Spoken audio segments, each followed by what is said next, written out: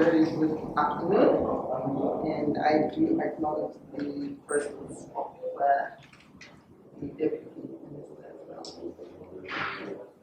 And of course, all other panelists, I do acknowledge you as well. Yes, but I'm not going to try to say your names.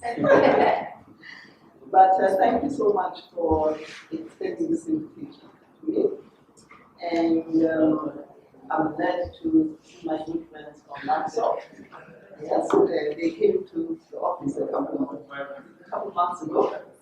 And so I'm glad that you got me here. You said you would get me down. Yes. So when I was talking with my PA, I was saying, I'm going to this event this afternoon with NANSO. And so I was saying, so do you think I should take the agenda when you're helping us with communication or not? So she goes, oh, after all, those are your favorites, you better as well. So I said, okay, great, I'll do that. So here I am then this afternoon, and really very excited to engage with yourselves. And on this particular topic, which I think is of interest, because the question is, sometimes when you are on the outside, you think it's difficult to get into the UN, right? And I'm not going to say getting into the UN happens like that. No, it's a process, right?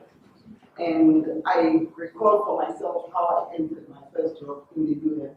I was working in Lesotho. I come from Lesotho. So I joined as a national officer. So was on a short-term contract, right? And so I got that job and working for UNDP specifically, because you know the UN is made of many agencies. It's the UN Secretariat, which is the big umbrella, but there are many others: UNDP, UNFPA, International Labour Organization, IOM, UNESCO, UNHCR, the whole plethora of the UN agencies. So I think the point is, when one is also trying to get into the UN, I think you have to ask yourself, which one do I want to get into? Do I want to get to Secretariat, which is the bigger animal, which is based in New York, or do I want to work for UNDP, UNFPA, UNESCO, etc.? So you need to look at that, and in terms of looking at that, it means we need to go to the various agency websites, because the details are there in terms of how you can get into those positions. So I started off with UNDP, and it was a short-term contract, and eventually then I said, okay, and this short-term contract is difficult to plan for anything, because you have a contract for 3 months, and you're out, then another one, or you're in, so you just go through all of that. But I think when you have just graduated from university, it's key, because it gives you at least an understanding and an appreciation of the UN, so that you really understand what the UN is. Sometimes it's over-glamorized, because at the end of the day, the UN is an international civil service. So just as you work in government, the UN is exactly like that.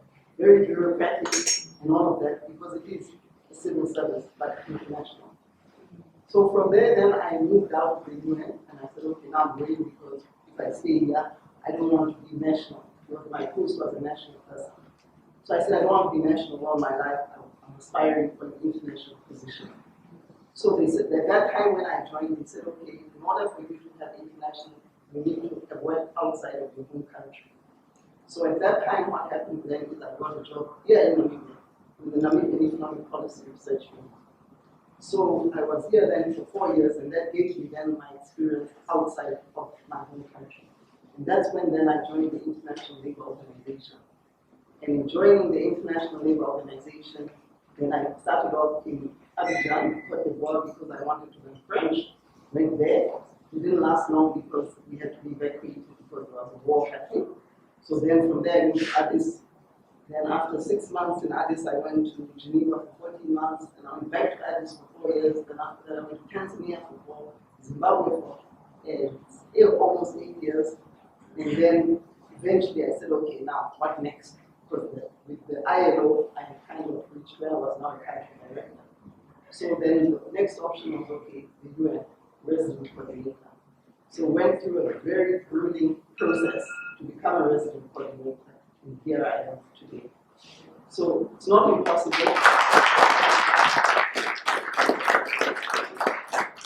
So it can be done, but again, it's patience. I mean, working in the international civil service, there are all kinds of frustrations. Yeah, all kinds case. But it's either you're resilient and you say, yes, I'm going to stand here and definitely chart out my path. So this is basically what the UN, or how it is I implement. And as I'm saying, you guys sitting here, they could be amongst us, resident coordinators as well. Yeah? But the question is then you set your goals and move forward for that one, because it won't happen overnight. And it's not just going to happen, you apply once you're going to get it. No. You have to keep on trying and trying. And also because I think the jobs for the UN are competitive. So it's not only Namibia, but it's the entire world, right? So of course the standards have to be high. So let me then quickly just talk to you about, first of all, the categories of the UN, staff categories, so that you have an appreciation. What we have then is we have the professional category. And the professional category, then these are mostly the international positions, right? And then after that, you have general services, and related services, which can be finance, admin, those type of positions, which can be international, but also international, right? But then you have another category then, which is national professionals, and nationals is for nationals. When you go to the UN house here, that's where you get the job. That's national. But now when you go work in Tanzania, Eswatini, you are international. Yeah. So that's how it works. And then of course there are the senior, of course, positions, which I know you are Secretary General, Secretary General, so those ones are high up there. Yeah? So in order for you though to start your minimum for an international position, this is as a professional, you have different scales, which is called P2, right? And at this P2 level, it means you have to have 2 years of work experience, right? So just to graduate, you have to have a master's degree, at least 2 years work experience, you apply, and that's where you can basically start as an international person. Then you go up to P3, P4, P5, D1, etc., D2. And then, of course, you go to Undersecretary General, etc. So that's how it works. Yes? And with the nationals, then you can have the NODs, NOCs, NOBs, NOEs, etc. So it's almost the same as the international, but it's at a national level. So even the salary scales would be at national in terms of Namibian dollars as opposed to international, where it's now we think in US dollars because of international. Yeah? So that's how it works. So now the point which I want to say is, firstly, you need to have a degree, right? To get into a professional position, you need to have a degree. And therefore, then there's also a number of categories in which you can, or let me say programs in which you can enter into the UN system, right? You can enter in as an intern. And an intern means that basically you might be there for a short assignment, because internship programs are short, but they do give you some work experience. You've just graduated or you're in a graduate program, you've got 6 months to go, you can become an intern.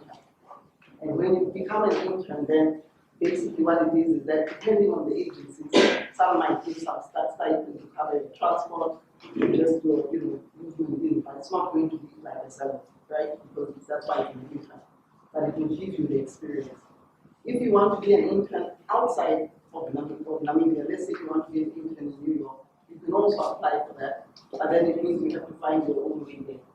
Your ticket, your accommodation, and all of that, you have to find your own way. The UN can provide for that. But let's say, hypothetically, you have an auntie living in New York, you want to go in there, and you can go stay there at the cost, and you get that international experience as well, which is also another useful way of entering into the system.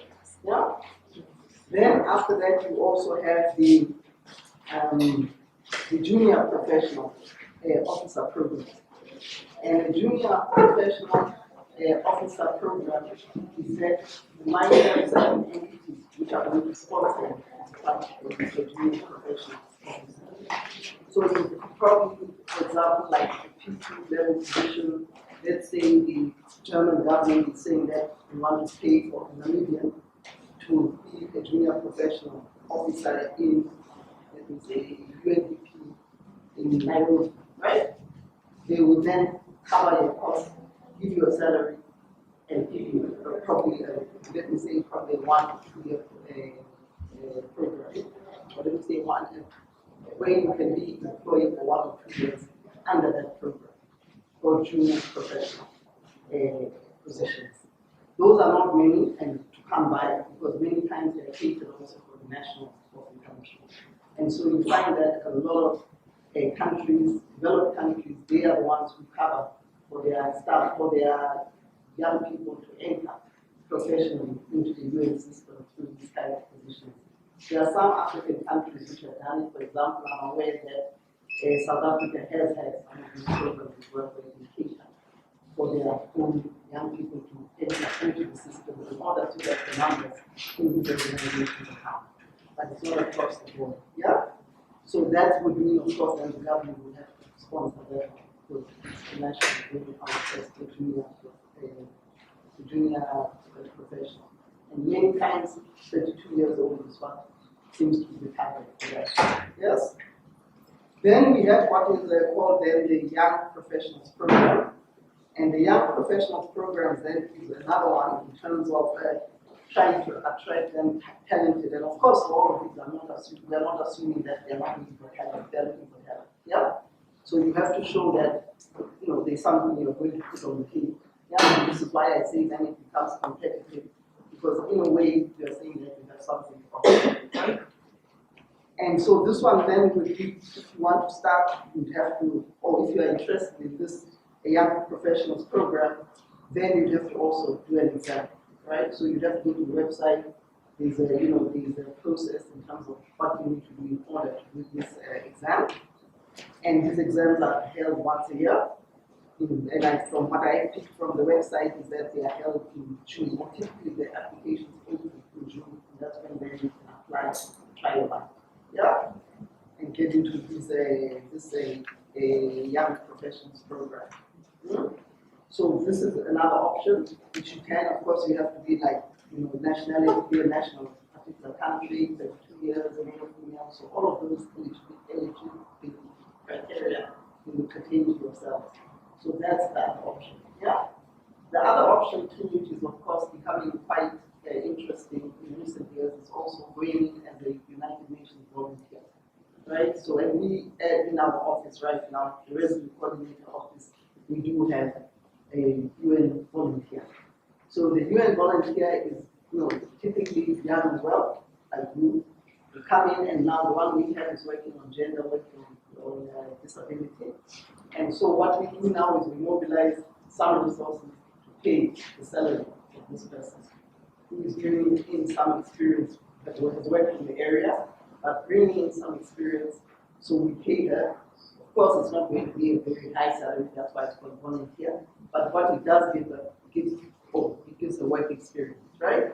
And I think at the end of the day, the main thing is when your CVs show that you've had some work experience, I think it increases your possibility of also progressing in any job, whether it's the UN or elsewhere, because you have shown that you've had some work experience.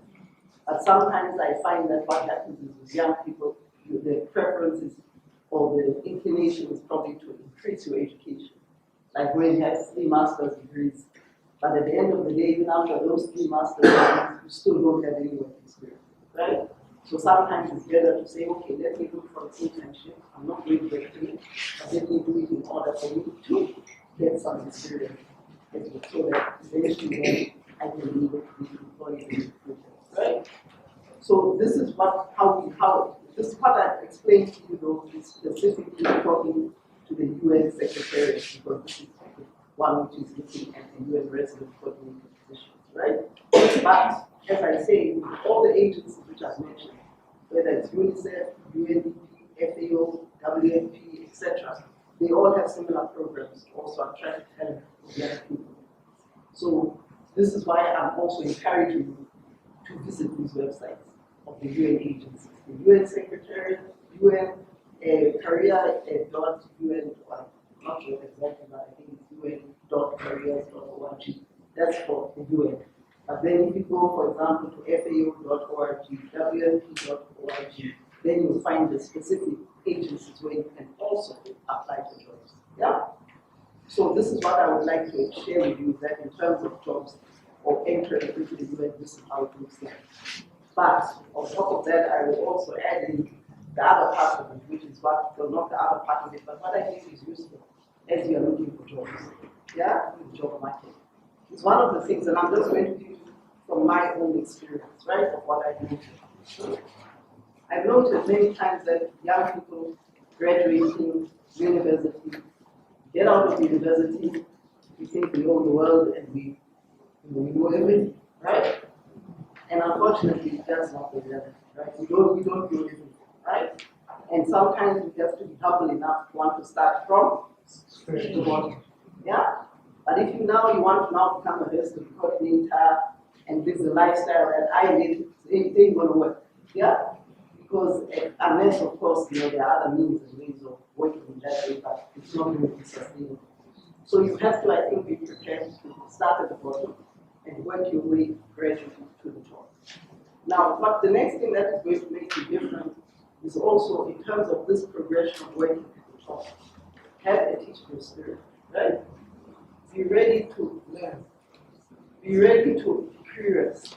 Be ready to put in extra hours into what is required. Because sometimes too, we don't want to work the hours, yeah? Because now we've got other plans and what we want to do and what not, which is okay, but the point is that it's not going to take you far. Yeah? So it's part of also saying to yourself that, okay, I'm in this job, I'm going to do my best, I'm going to make them realize that there's no one like me. Because when you go in with that mindset that there's no one like me and I'm going to perform, believe me, the door will be open to something. Because if you work for me like that, I will be able to give a reference to it, right? But if you come in and you go out anytime you like, and this is such a pain, and I just want a bit of money, this and excuses. Once that's over, it's over. There's no one who's going to want to keep you longer. So I think it becomes really important then for us to be able to do that as well. And some of us, and I'm looking myself, this is how I got to where I am, where I am today. I worked hard and I put in extra hours, and the countries where I stayed were not the most easiest of countries, but I persevered and I was resilient because I knew ultimately where I wanted to go. So that's what I'm also encouraging you, because when in Namibia, here I think a lot of things work. Yeah, you guys are quite privileged in Namibia, considering the places where I work, yeah, where things just don't work, yeah. So sometimes I find that there's also a sense of entitlement here, right? That if you are entitled, you're entitled, you're entitled.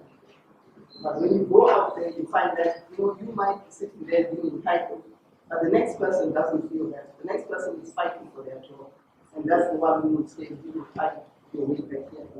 Yeah. So this is what I'm just saying: resilience. I'm also saying focus. I'm also saying that when you are looking for a job, you need to brand yourself, right? What are you putting on the table? Because if there are thousands of others who are looking for a job, which they are in the market like this one, unemployment is high in Namibia. The point is that how are you branding yourself? What makes you different from the next person? CVs as well, when they're written, sometimes they're very well written, but when you come to the interview, it doesn't match what's written there, yeah? And that then doesn't help us in terms of, you won't get the job. But then the CV at least must say what you can put on the table and must be tested when you come to the interview.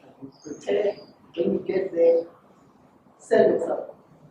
But not on lies, but based on fact, what you can. Yeah? So, nutshell, this is what I'm saying. The UN, the opportunities are there, not a lot, they are there, competitive, but if you're offering a way to give something well worth it, and you have to keep trying, and keep trying, and keep trying, and don't give up, because one day, who knows, you'll get it.